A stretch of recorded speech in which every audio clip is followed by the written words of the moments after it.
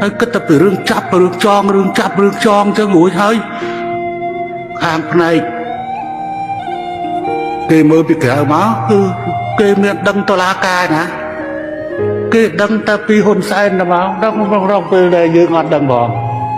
សូម្បីតែបុគ្គលិកបាយ័នម្នាក់ទៅគេចាប់ថ្ងៃមិញហ្នឹងខ្ញុំអន្តរាគមទៅអរិញមេនជាការអរិញអាវុធហត្ថរាជធានីភ្នំពេញថាឲ្យនៅក្រៅគុំសិនណាហើយមិញហ្នឹងខ្ញុំណែនាំថាឲ្យរកមេធាវីរបស់ខ្ញុំចូលការពារហើយរឿងហ្នឹងថាលក់ដីខ្យល់ដីអីណាហើយដីខ្យល់អាហ្នឹងធ្វើទៅតាមច្បាប់តាមទម្លាប់ទៅក៏ប៉ុន្តែពួកយើងនឹងកុំបញ្ញាប់បញ្ញាល់ឲ្យរឿងចាប់ពេកបានទេណាខ្ញុំសូមវកណាបើអស់លោកធ្វើតែអញ្ចឹងគុកយកទៅដាក់នៅតាណារួចហើយទៅគៀបគ្រាសួរចម្លើយនៅកន្លែងនោះ